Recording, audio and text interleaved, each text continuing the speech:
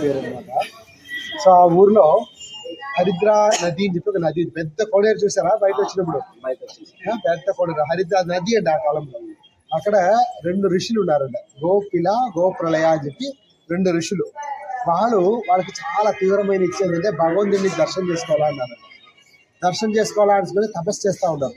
తపస్సు చేస్తూ ఉంటే అప్పుడు కొందరు ఋషులు వచ్చి చెప్పినారంటే భగవంతుడు ద్వారకలో ఉన్నాడు, ద్వారకలో శాశ్వత నిత్యంగా లీల అంటే కృష్ణుడు ఉన్న అదే టైంలో ద్వారకలో ఆయనకి నిత్య లీల చేస్తూ ఉన్నాడు, అక్కడికి వెళ్తే మీరు చూడొచ్చు అని చెప్పారంట.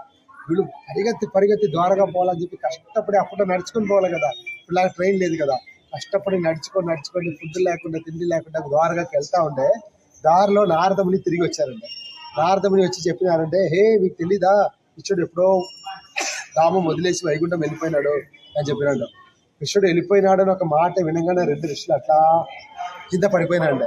మా లైఫ్ అంతా చేసిన తపస్సు అంతా కృష్ణుడిని ఒక్క క్షణం చూడడానికి, ఆ కృష్ణుడు మనకి దర్శనం ఇవ్వలేదు, ఆయన వెళ్ళిపోయినాడే, ఇంకా మా జీవితం వ్యర్థం కదా అని చెప్పేసి అట్లా అన్కాన్షియస్ అయి పడిపోయినారు. అన్ని రోజులు వాళ్ళు తినకుండా నిద్ర లేకుండా తపస్సు చేసి ఆ దేవుడిని చూడాలని, అది కూడా ఒక అవకాశం లేదని తెలిసినప్పుడు వాళ్ళకి జీవితమే వ్యర్థం చెప్పి కింద పడిపోయినప్పుడు నారదముని వాళ్ళకి బ్లెస్సింగ్ చేసేసి నీళ్ళు చల్లేసి, మీరేం బాధపడద్దు, మీరు పోయి మళ్ళీ ఆ హరిద్రా నది, ఈ కోనేరు ఉంది కదా అక్కడ హరిద్రా నది వల్ల తపస్సు చేయండి, మీకోసం కృష్ణుడు వచ్చి మీకు దర్శనం ఇస్తాడని చెప్పారు.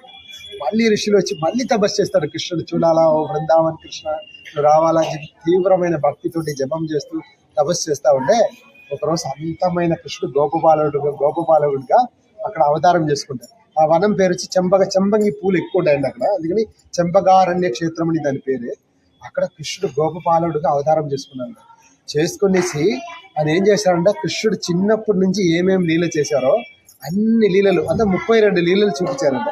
ఎట్లా యశోద నుంచి పుట్టిన తర్వాత పెరిగింది, పూతనాస ఆ ఫోటోలు చూసారు కదా మీరు చుట్టూ, ఒక్కొక్క లీల కింద 2 ఋషులు ఉంటారు, ఆ ఋషుల కోసం చూపించింది అనమాట. పూతన సంహారం, దేనుగాశ్రవదం, కంసవదం అన్ని ఒక్కొక్కటి చూపిస్తూ లాస్ట్ వచ్చి గోపి వస్త్రహరణం వస్తాయి కదా, గోపికల యొక్క వస్త్రం తీసుకునేది. ఆ లీల చేసినప్పుడు చిన్న పిల్లవాడు కృష్ణుడు అందంగా ఉన్నాడంటే, రింగిలా జుట్టు కథలకి బ్లూ కలర్ చిన్న కృష్ణుడు వచ్చారు. గోపికలంతా అక్కడ హరిద్రా నదిలో స్నానం చేస్తున్నారంట. అయితే కృష్ణుడు ఆడుకుని పోయి ఒక అమ్మాయిది సారీ తీసుకున్నాడంట. సారీ తీసుకుని ఇలా చుట్టుతున్నాడు కృష్ణుడు. చుట్టి దాన్ని ఇంకా మిగిలిపోయింది. ఆ మిగిలిన దాన్ని అలా తీసుకొని తలకిట్ట చుట్టుకున్నాడు సారీ, తలకిట్ట చుట్టుకొని నిలబడి ఉన్నాడు. ఇంకొక గోపికలది ఇది ఉంది కదా చెవులో ఏమంటారు కుండలమ్మా, కుండలు అది తీసుకున్నాడు. ఒక గోపికలు తీసుకున్నాడు. ఇంకో గోపిది వేరే షేపులు ఉంది, అది చాలా అందంగా అనిపించింది, అది కూడా ఒకటి వేసుకున్నాడు. అది కూడా వేసుకుంటే గోపపాలుడికి అలా దర్శనం ఇచ్చాడంట. అది చూసి చాలా చందది ఎంత అందంగా ఉన్నాడు, అమాయకుడికి ఉన్నాడు కదా కృష్ణుడు. అన్ని గోపిలకి సారీ ఒకే వస్త్రం ఒకే సారీ కట్టుకుని తలపైన కట్టుకుని అట్లా ఉంటే ఆ ఋషులు ప్రార్థన చేస్తే భగవంతుడు అలాగే స్వయంగా కృష్ణుడు అట్లే విగ్రహంగా మారిపోయినాడు. ఆ విగ్రహమే మనం ఈరోజు చూసింది. బయటకు వచ్చాడు కదా పల్లకిలో, అది ఎవరు చెక్కింది కాదు చేసింది కాదు, స్వయంగా బృందావనం నుంచి కృష్ణుడు అలాగా ప్రకటమైంది అనమాట. అందుకని తమిళ్ అంటారు కృష్ణుని చూడాలంటే మన్నార్గుడిని చూడాలంటారు. అందుకని లోపల గర్భగుడి లోపల పోతే లోపల ఉన్నాడు మామూలుగా ఆవులు మేపే కర్ర చేతులు అంటే చూసారు కదా ఇట్లా, అది ఆవులు మేపే కర్ర చుట్టూ ఆవులు ఒక ఆవు పైన ఇట్లా చేయబెట్టుకొని అలాగే ఉంటాడు అనమాట కృష్ణుడు. అది రాజగోపాల స్వామి. ఆయనకి శ్రీరంగంలో అటు ఎప్పుడు ఉత్సవాలు జరుగుతూనే ఉంటాయి. ఇప్పుడు 20 రోజుల ఉత్సవం స్టార్ట్ అయింది, తిరుగుతూనే ఉంటారు. ఒక ఉత్సవంలో అయితే చాలా బాగుంటాడు. ఆయనకి వెన్న దొంగతనం చేసే ఉత్సవం, ఆ పల్లెకిలో కూర్చోబెట్టుకుని వెన్న కుండ ఉంది, వెండి కుండలో వెన్న దొంగతనం చేసి తినేటట్టు ఉంటాయి, అట్లా అలంకారం చేస్తారు. ఊరు వాళ్ళు ఆయన అట్లే పల్లెకిలు తీసుకొస్తారు, బయటికి తీసుకొస్తా ఉంటే అందరూ వెన్న తీసుకొచ్చేసి కొట్టేదనమాట కృష్ణుడిని.